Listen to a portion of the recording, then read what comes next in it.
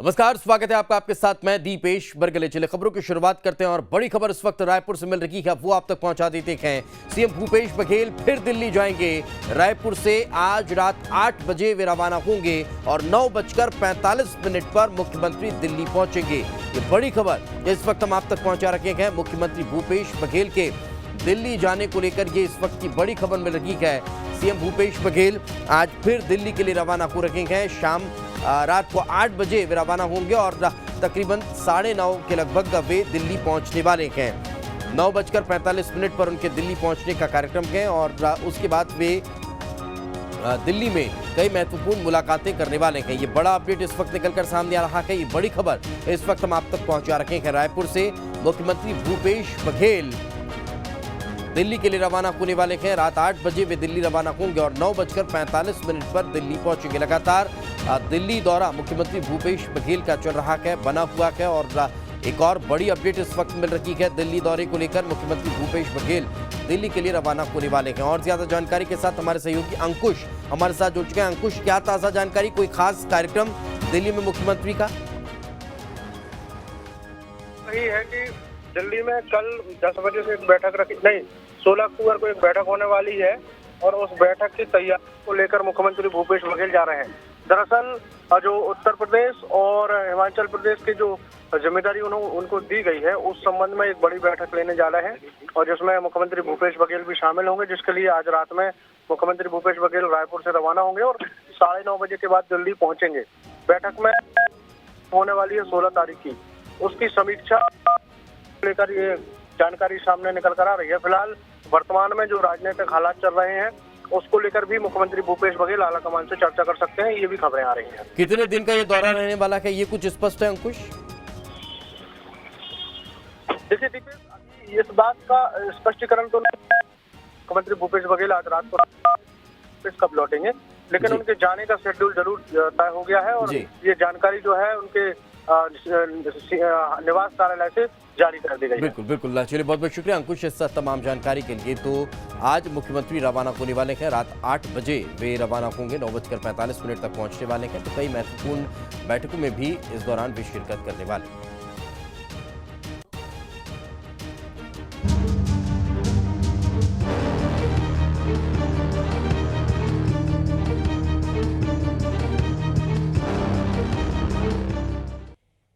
और अब बात उपचुनाव की। वीडी शर्मा ने उपचुनाव में जीत का दावा किया है। भारी बहुमत से उपचुनाव जीतेंगे, कहना है प्रदेश अध्यक्ष वीडी शर्मा का। बीजेपी में कोई रूठा हुआ नहीं है, ये भी उन्होंने कहा है। कार्यकर्ताओं को मन की बात कहने का अधिकार है। चुनाव टीम की ताकत के साथ लड़ते हैं और पूरी ताकत के साथ लड़ेंगे। बीजेपी में संगठन चुनाव लड़ता है, ये भी वीडी शर्मा ने कहा है। वीडी शर्मा ने दिग्विजय सिंह पर भी निशाना साधा और कहा दिग्भ्रमित हो गए हैं दिग्विजय सिंह।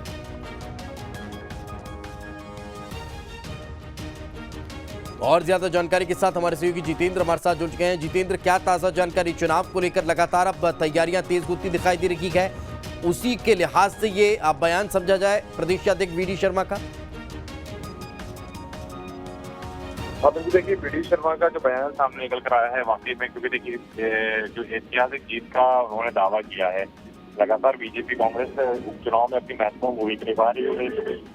बीजेपी लगातार यही बात कह रही है कि मध्य प्रदेश के अंदर उसकी अच्छी तैयारी है। उपचुनाव में लगातार जो तैयारियां कर रही हैं, दिग्विजय सिंह पर उन्होंने निशाना साधा है। इसके अलावा उन्होंने बताया है कि मध्य प्रदेश में जो संगठन है बीजेपी का, वो काफी तेजी के साथ चुनाव लड़ रहा है और इसके अलावा उन्होंने दिग्विजय सिंह पर भी निशाना साधा है। तो देखिए, पूरी तरीके से जो कहा जा सकता है कि चुनावी मोड़ में नजर आ रही है भारतीय जनता पार्टी। और अब इसमें देखना होगा कि आने वाले दिनों में जब मध्य प्रदेश में वोटिंग होगी उपचुनाव की, बाई इलेक्शन की, तो इसका फायदा किसको मिलता है? जितेंद्र, नाराजगियों को क्या बीजेपी लगातार सिरे से नकार रही है या फिर मनाने की, मान मनोबल की कोशिशें हैं, वो भी अब शुरू हो चुकी हैं? बिल्कुल, देखिए अगर नाराजगी की हम बात करें तो भारतीय जनता पार्टी के कई ऐसे नेता हैं जो लगातार नाराज नजर आ रहे हैं, चाहे खंडवा से नंद कुमार चौहान के बेटे हर्ष चौहान की क्यों ना बात करें, इसके अलावा अलग अलग वो जोगट से हम बीजेपी कार्यकर्ताओं की बात क्यों ना कर दें, और फिर अलग अलग जगहों सीटों पे जहाँ पे कांग्रेस से आए लोगों को टिकट दिया गया, या फिर शिवपाल यादव जो कि समाजवादी पार्टी में थे वो आए, उन्हें टिकट दिया गया। तो इसमें कार्यकर्ताओं की जो नाराजगी वो समय तक वो सामने आती है और बीजेपी अब अपने कार्यकर्ताओं को मनाने का काम कर रही है ताकि चुनाव में किसी प्रकार की कोई एंटी इनकम्बेंसी का खामियाजा न भुगतना पड़े, क्योंकि लगातार देखा जाता है चुनाव में दूसरों से ज्यादा अपनों से खतरा रहता है। और ऐसे में अपने ही पार्टी के लिए भितरघात ना करते हुए पार्टी को हराने, इसके लिए बीजेपी पूरी तरीके से तैयार है और अपनों से लगातार वार्ता कर रही है, उन्हें मना रही है, उनसे चर्चा कर रही है ताकि किसी भी प्रकार की परेशानी का सामना ना करना पड़े। जी बिल्कुल, चलिए बहुत बहुत शुक्रिया जितेंद्र इस तमाम जानकारी के लिए। तो जैसे कि हमारे सहयोगी बता रखे हैं कि लगातार अब पार्टी में मान मनोबल का दौर शुरू हो चुका है। पृथ्वीपुर विधानसभा उपचुनाव को लेकर बीजेपी अपनी जीत के भले ही दावे कर रही हो, बावजूद इसके बीजेपी नेता दिनेश पांडे और गणेश नायक की नाराजगी कहीं न कहीं पार्टी को भारी पड़ती नजर आ रही है। दरअसल पृथ्वीपुर में आयोजित कार्यक्रम में इन दोनों नेताओं ने अपनी दूरी बना ली है। बताया ये जा रहा है कि दोनों की नेता पृथ्वीपुर उपचुनाव के लिए पार्टी से टिकट की मांग कर रहे हैं। कहीं ऐसा न हो कि उपचुनाव में बीजेपी से ब्राह्मण वोट खिसक जाए। हालांकि खाद्य मंत्री भारत सिंह कुशवाहा ने कहा कि बीजेपी एक परिवार है और कोई किसी पार्टी से नाराज नहीं है।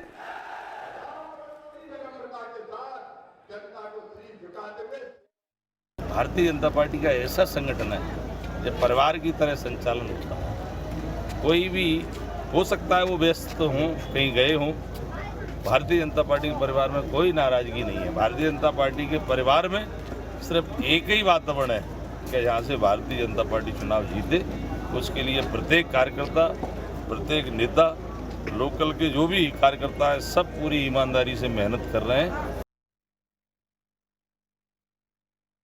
पृथ्वीपुर विधानसभा उपचुनाव के लिए भाजपा के डॉक्टर शिशुपाल यादव को उम्मीदवार घोषित किए जाने के बाद बाकी दावेदारों में नाराजगी साफ देखने को मिल रही है और यह देखने को मिला कल मुख्यमंत्री शिवराज सिंह चौहान की सभा के दौरान सभी दावेदार नदारद रहे। अब देखना होगा भाजपा इन उम्मीदवारों को कैसे मनाने में सफल होती है, क्योंकि इसका सीधा असर भाजपा को चुनाव में पड़ने वाला है। और अब देखना यह होगा कि भाजपा इन दावेदारों को मनाने में कितना सफल हो पाती है और इस डैमेज कंट्रोल को कितना कंट्रोल कर पाती है। Sudhir Trivedi, news state, Niwari. तो बीजेपी ने उपचुनाव के लिए अपनी पूरी ताकत झोंक दी है। भोपाल में बीजेपी मुख्यालय में चुनाव प्रबंधन कार्यालय बनाया गया है। वैदिक मंत्रोच्चारण के साथ कार्यालय की शुरुआत की हुई है, उसका उद्घाटन हुआ है। इस दौरान सीएम शिवराज सिंह चौहान और बीजेपी प्रदेश अध्यक्ष वी डी शर्मा मौके पर मौजूद रहे। उपचुनाव को देखते हुए प्रबंधन की जिम्मेदारी मंत्री भूपेंद्र सिंह को सौंपी गई है। चुनाव प्रबंधन कार्यालय चारों चुनाव क्षेत्रों में पावर सेंटर के रूप में काम करेगा। आपको ये भी बता दें कि इसके साथ साथ यहाँ पर प्रवक्ता कक्ष भी बनाया गया है। सीएम का कहना है कि चारों सीटों पर कमल ही खिलेगा। हम काम कर रहे हैं, इसलिए जीत हमारी पक्की है। वहीं कांग्रेस से बीजेपी में शामिल हुए लोगों के टिकट देने के सवाल पर सीएम ने कहा कि वो प्रत्याशी से पहले बीजेपी के कार्यकर्ता हैं, उन्होंने पार्टी ज्वाइन की है। मित्रों, आज भारतीय जनता पार्टी ने अपने चुनाव कार्यालय का उद्घाटन किया है और प्रवक्ता कक्ष का भी शुभारंभ आज हुआ है। लोकतंत्र जनता के लिए, जनता के द्वारा जनता का शासन है और जनता का शासन आता है चुनाव के माध्यम से। इसलिए चुनाव लड़ना और जीतना ये हमारा पवित्र कर्तव्य है, परम कर्तव्य है। इसलिए आने वाले उपचुनाव को देखते हुए जो 3 विधानसभा में और 1 लोकसभा में हो रहा है, हमने अपनी चुनावी तैयारियां अध्यक्ष जी के नेतृत्व में प्रारंभ की है और चुनाव प्रबंध समिति भूपेंद्र जी के नेतृत्व में पूरी तरह से चुनाव के प्रबंधन के काम में लगी हुई है। तो आरोप और प्रत्यारोपों का भी दौर चलता है। तो हमारा प्रवक्ता ही है जो सही और सटीक उत्तर देता है, वो जानकारियों से लैस रहे और सही समय पर सही जानकारी मीडिया के माध्यम से जनता को पहुंचा सके। इसलिए प्रवक्ता कक्ष जो आज की आवश्यकताओं को ध्यान में रखते हुए बनाया गया है, इसका शुभारंभ हुआ है। मुझे पूरा विश्वास है हमारे सक्षम चुनाव प्रबंध समिति और सक्षम प्रवक्ता हर बात का सक्षमता के साथ जवाब देंगे। पार्टी की विचारधारा और सरकार के कार्य, चाहे वो केंद्र सरकार के माननीय मोदी जी के नेतृत्व में हो या राज्य शासन के, उनको भी जनता के बीच में ठीक से रखेंगे और हमारी बीच जनता में ठीक से पहुंच सकेगी। सर, दो प्रत्याशी बाहर से लिए बार-बार सवाल उठा रही। कहाँ बाहर से आए? दूसरी पार्टियों से। कौन सी पार्टी से आए भाई? वो तो भारतीय जनता पार्टी के कार्यकर्ता बने तब आए। भारतीय जनता पार्टी के कार्यकर्ता पहले बने। और भारतीय जनता पार्टी देश में लगातार अपना विस्तार कर रही है। प्रधानमंत्री श्रीमान नरेंद्र मोदी जी के पीछे आज सारा देश खड़ा है। तो जो अच्छे लोग हैं, जो विभिन्न दलों में भी है, वो भारतीय जनता पार्टी में आ रहे हैं प्रभावित होकर। शिशुपाल यादव कोई आज नहीं आए, बहुत पहले आए। और सुलोचना जी ने जब देखा कि कांग्रेस में कुछ नहीं, नेतृत्व ही नहीं है, अब जब कांग्रेस में अध्यक्ष ही नहीं है उनका, हम नहीं कह रहे कपिल सिब्बल कहते कि फैसले कौन ले रहा है। अच्छी चलती चलाती पंजाब की सरकार की उन्हीं ने, शब्द ठीक नहीं लेकिन 12 बजा दी, पूरी की पूरी अच्छी खासी सरकार चल रही थी। अब ऐसी कांग्रेस में जिसका नेतृत्व ही दिग्भ्रमित है, दिशा भ्रमित है, उनको खुद ही समझ में नहीं आ रहा कि छत्तीसगढ़ में 2.5 साल करेगी, 5 साल करें, राजस्थान में कैसे काम करें। अब ऐसी कांग्रेस में कौन रहना चाहेगा? तो अच्छे लोग सब भारतीय जनता पार्टी में आ रहे हैं।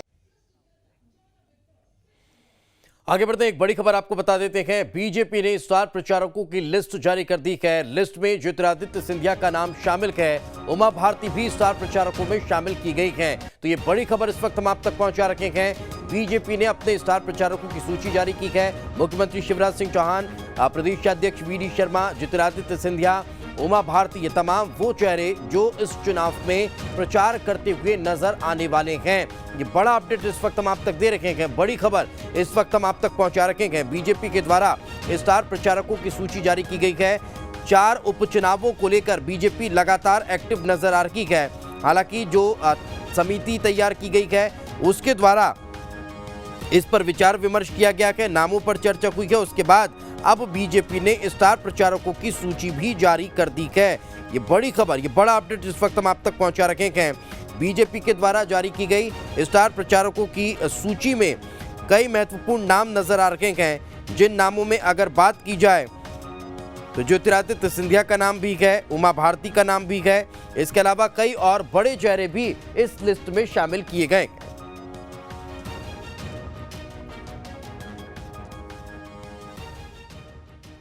आगे बढ़ते हैं। खंडवा लोकसभा सीट पर दावेदारी से पीछे हट चुके कांग्रेस नेता अरुण यादव का दर्द एक बार फिर छलक उठा। उन्होंने जहां अपने दर्द का चुनावी मंच से इजहार किया, वहीं पूर्व सीएम कमलनाथ पर भी निशाना साधा। उन्होंने कहा कि हर बार फसल मैं उगाता हूं, काट कोई और ले जाता है। 2018 में भी मेरे साथ ऐसा ही हुआ। मुझे हर बार पार्टी जो निर्देश देती मैं करता हूं, हर बार फसल में उगाता हूँ, किसी को दे देता हूँ। 18 में भी ऐसा ही हुआ। उन्होंने कहा तुम्हारी फसल दे दो, हाउस ऑफ ले लो, फिर उगा देंगे। तो ये मेरा अपना मानना है कि मुझे बहुत कुछ मिला है, बहुत आगे और भी मौके मिलेंगे।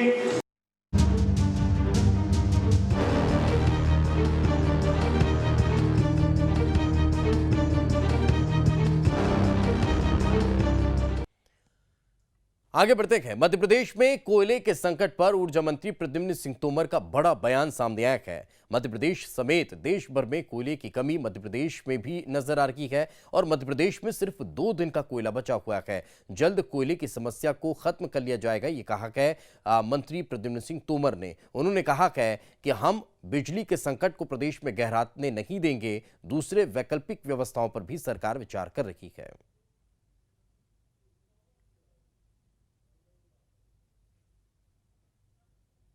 मेरा आपसे कहना है, आप निगेटिव ही क्यों सोच रहे हो, पॉजिटिव क्यों नहीं सोच रहे कि हम रोज 10,000 कल सुनिए ये कल हमने 5,000 टन कोयला ज्यादा मंगाया है। परसों भी हमने 10,000 टन कोयला जो हमारी खपत है उससे ज्यादा मंगाया है। तो आप फिर थोड़ा सा धैर्य तो रखिएगा। बफर स्टॉक अपने पास अवेलेबल नहीं है क्या? नहीं, अभी जो स्टॉक हमने बताया कि हम पे 2.5 लाख मेट्रिक टन कोयला है स्टॉक। निश्चित रूप से कोयले की कमी है, ये राष्ट्रीय स्तर पे है, पर हमने कहा कि अन्य प्रदेशों की अपेक्षा मध्य प्रदेश बेहतर है। ग्वालियर चंबल संभाग में सैकड़ों करोड़ का बिल भी वसूली के लिए अब कहीं न कहीं बकाया है। मध्य प्रदेश मध्य क्षेत्र विद्युत वितरण कंपनी ने पोस्टर अब इसको लेकर जारी किए हैं। इन पोस्टरों पर लिखा हुआ है, मूंछों पर ताव देने से मर्दानगी नहीं आती, असली मर्द तभी मानेंगे जब बिजली चोरी करना छोड़ दोगे। पोस्टर इस तरह के वहां चस्पा किए गए हैं। वहां का जायजा लिया हमारे सहयोगी विनोद शर्मा ने। उपभोक्ताओं पर बिजली विभाग का करोड़ों रुपया बकाया है और इसकी वसूली बिजली विभाग के लिए कर पाना बहुत टेढ़ी खीर बनती जा रही है।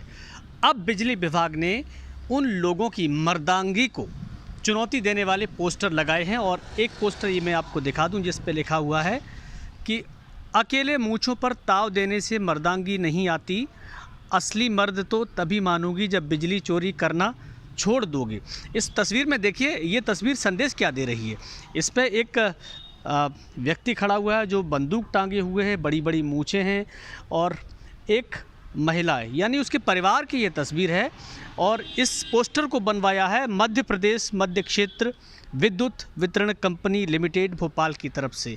यानी ये जो पूरा पोस्टर है ये ग्वालियर चंबल अंचल पर ही फोकस किया गया है, क्योंकि इस तरह की बंदूक गन बड़ी बड़ी मूंछों वाले लोग ज़्यादातर चंबल के इलाकों में हैं।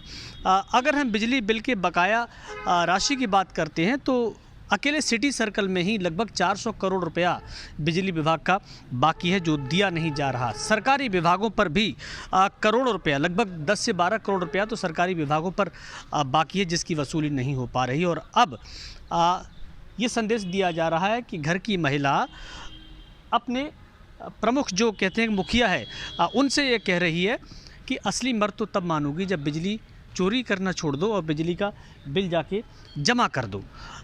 अगर इस तरह की नौबत आ गई है कि लोगों की मर्दानगी को चुनौती दी जा रही है तो लोगों को समझ लेना चाहिए कि बिजली चोरी करना ठीक बात नहीं है।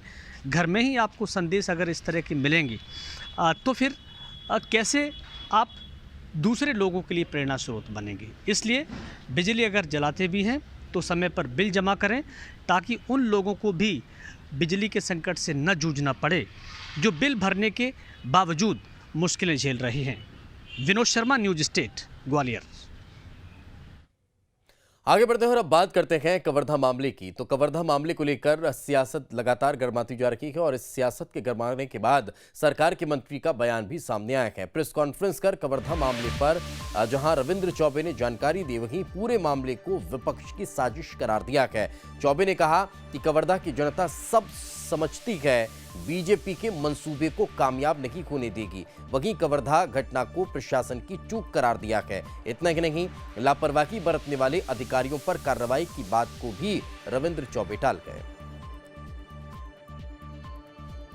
कि जो वीडियो फुटेज में जिनके चेहरे हैं वो आईजी ने कहा है कि भारतीय जनता पार्टी के चेहरे दिखाई दे रहे हैं, नंबर 1। नंबर 2, बाहर से लोग क्यों बुलाए गए थे। नंबर 3, स्कूलों में अन्य स्थानों पे उनको क्यों ठहराया गया था। और नंबर 4, सांप्रदायिक रंग देने के लिए दूसरे दिन जुलूस निकाल करके इतना बड़ा माहौल को सांप्रदायिक रूप देने का प्रयास जो किया गया, मैं ऐसा समझता हूँ, ये बात मैं कह रहा हूँ, ये शासन के पास इसके तथ्यात्मक सबूत हैं और आने वाले समय में आप सबके सामने भी वो सबूत उपलब्ध करा दिए जाएंगे। लोकतंत्र में जिनका विश्वास ही नहीं है वो लोकतंत्र की रक्षा की बात करते हैं। हमने देखा है अभी भारतीय जनता पार्टी के लोकतंत्र को 144 लगा है। बनारस में 8 लोगों की मौत हो गई गाड़ी से रौंद कर किसानों की, और उत्सव मनाने के लिए प्रधानमंत्री जी गए थे और हमारे नेता अगर लखीमपुर खीरी जा रहे थे तो उनको गिरफ्तार किया गया था। निश्चित रूप से प्रशासन के द्वारा थोड़ी चूक हुई है। जिस तरीके से आप प्रश्न कह रहे हैं, अनुमति जितने लोगों की दी गई थी, सारे बाउंड्री में कितने लोग बाहर से आ रहे हैं, कितने लोग रुक रहे हैं, कितने लोग निकल रहे हैं, कहाँ से लोग आ रहे हैं, ये अगर थोड़ी सी भी प्रशासन सख्ती पहले दिन से ही कर लिया होता तो शायद ये घटना रोका जा सकता था। रामानुजगंज से कांग्रेस विधायक बृहस्पति सिंह एक बार फिर चर्चा में हैं। अब की बार उनका जिला शिक्षा अधिकारियों को धमकी देते हुए एक कथित ऑडियो वायरल हुआ है। छत्तीसगढ़ के रामानुजगंज से विधायक बृहस्पति सिंह एक बार फिर विवादों में हैं। अब की बार शिक्षा अधिकारी को धमकाता हुआ उनका एक कथित ऑडियो वायरल हुआ है। आगे बढ़ने से पहले इस वायरल ऑडियो को सुनिए। भाटिया साहब। हाँ महोदय, नमस्कार। ये एबीओ वाला भेजा था तो हो गया ऑर्डर? नहीं, वो तो कोई शिकायत तो नहीं महोदय। अरे यार, तू तय करेगा कि शिकायत है कि नहीं है, क्या किसको रखना नहीं रखना? नहीं, शिकायत तो कोई नहीं है। शिकायत नहीं, तो मुझे आप समझाओ ना, आप तय करोगे क्या? नहीं, मैं भाई शिकायत तो है नहीं तो मैं क्यों हटाऊंगा? मुझे मत समझाओ यार। हाँ? आप कर पाओगे, भेजोगे या नहीं भेजोगे? मुझे समझाओ। मैं नहीं भेज रहा हूँ महोदय। नहीं भेजोगे, चलो आपको हटने की बात करेंगे। आप ही को पहले हटा लेते हैं, आप ही को हटा लेते हैं। ज्यादा नेतागिरी पेल रहा है तो ठीक है महोदय। अधिकारी का काम करने का कि नेतागिरी करने वहां गए? मैंने कहा नेतागिरी कर रहा हूँ मैं। और क्या कर रहे हो? क्या कर रहे हो ये? नहीं, मैं नेतागिरी कहाँ कर रहा हूँ? मैं क्या बोल रहा हूँ आपको? हाँ। कि जब लगातार हमारे पास शिकायत है तो आपसे पास शिकायत आएगा। नहीं तो कोई शिकायत दीजिए। आप कितना महीना उससे लेते हो, वसूली करते हो? कितना महीना कमीशन लेता है उससे? नहीं, कौन बोल रहा है कमीशन? मैं पूछ रहा हूँ, आप कितना महीना कमीशन लेते हो, बताओ मेरे से। कभी कमीशन नहीं लिया हूँ। फिर क्या लगता है, क्या रिश्तेदारी है आपकी उससे? नहीं, कोई रिश्तेदारी नहीं है भाई। कोई शिकायत तो है। कौन चुना ठीक सर, डीओ का नोटशीट बनाओ, डीओ को सीधे औकात हो गई। हालांकि न्यूज स्टेट इस ऑडियो की पुष्टि नहीं करता, लेकिन हाल ही में ट्रांसफर को लेकर बृहस्पति सिंह ने एक और अधिकारी को भी धमकाया था, जिसके बाद शिक्षा मंत्री प्रेम साय सिंह टेकाम ने इस पर बयान दिया था। ट्रांसफर को लेकर उनके मन में कुछ शिकायतें हैं, क्या कहेंगे ऐसे आरोपों पर? कि जब ट्रांसफर में प्रतिबंध है, ट्रांसफर यहाँ से हो नहीं रहे हैं, ट्रांसफर समन्वय से हो रहे हैं, तो उसमें कहाँ से गोरखधंधा की बात उसमें आ गई? हालांकि ये कोई पहला मौका नहीं है, बल्कि इससे पहले भी कई बार बृहस्पति सिंह अपने बयानों को लेकर विवादों में रहे हैं। अक्टूबर 2021 बृहस्पति ने कहा, जो मंत्री गड़बड़ी करेगा उसे विधायक मिलकर ठीक कर देंगे। अगस्त 2021 सरगुजा के आदिवासियों को अंगूठा छाप कहा। अगस्त में ही डिप्टी कलेक्टर को धमकी वाला कथित ऑडियो वायरल हुआ। जुलाई 2021 मंत्री टीएस सिंहदेव पर जान से मारने का आरोप लगाया। सितंबर 2019 बृहस्पति ने कहा कि कांग्रेस के मंत्री को बीजेपी ने हाईजैक कर लिया है। सितंबर 2019 में ही बृहस्पति ने कहा कि अफसर को जूता मारना पड़े तो वो भी मारिए। तो बृहस्पति सिंह और विवादों का साथ बड़ा पुराना और बड़ा गहरा है। Team news state. बिलासपुर के तोरवा थाना क्षेत्र महमंद में बच्चों ने पिटाई से नाराज पिता ने कुल्हाड़ी मारकर दूसरी पत्नी की हत्या कर दी। दरअसल राजेंद्र कुमार निर्मलकर ने पिछले साल पूर्णिमा पासी को दूसरी पत्नी की तरह रखा हुआ था। बताया जा रहा है कि शुक्रवार की रात पूर्णिमा ने बच्चों की पिटाई की। पहले राजेंद्र ने पूर्णिमा को ऐसा करने से कई बार मना किया, लेकिन पूर्णिमा नहीं रुकी तो तैश में आकर राजेंद्र निर्मलकर ने घर में मौजूद कुल्हाड़ी से उसके सिर पर एक वार कर दिया। अब जिसके बाद उसे लहूलुहान हालत में छोड़कर आरोपी मौके से फरार हो गया। सूचना के बाद मौके पर पुलिस पहुंची तो खून से लथपथ जमीन पर महिला का शव पड़ा हुआ था। फिलहाल पुलिस ने आरोपी को गिरफ्तार कर लिया। यहाँ के मोहल्ले वाले लोग गए मेरे घर, बताया कि इस स्थिति में है, यहाँ पर हो गया कुछ घटना। तो मैं आके देखा यहाँ पर, वो दरवाज़ा तो हल्का सा खुला हुआ था, तो ये पड़ी हुई थी, लेटी हुई थी, मृत हो चुकी थी। क्या इनके बीच में हमेशा मारपीट होता था? नहीं, ऐसा तो जानकारी नहीं है, हमेशा होता है करके।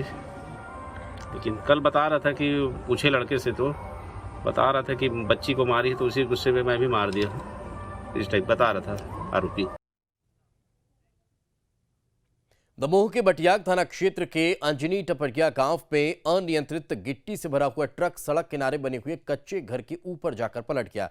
इसमें भाई, एक बहन समेत 4 लोगों की मौत हो गई है।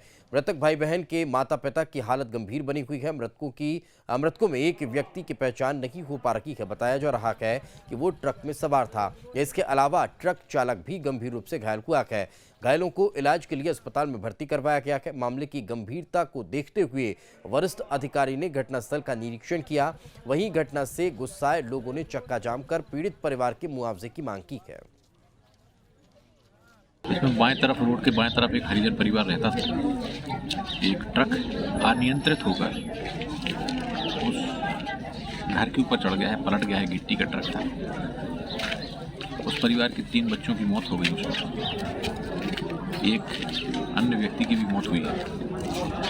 उसी को लेके उनके परिजन हैं, उनके समाज के लोग हैं, उनमें आक्रोश है। आक्रोश के कारण लोग रोड पे एकत्र हुए हैं। हमने मुआवजे को लेकर सर मांग भी की है। हाँ, शासन से उनकी मांग है कि उसे मुआवजा दिया जाए, उचित मुआवजा दिया जाए। और इसी के साथ इस बुलेटिन में फिलहाल इतना ही। खबरें लगातार जारी हैं।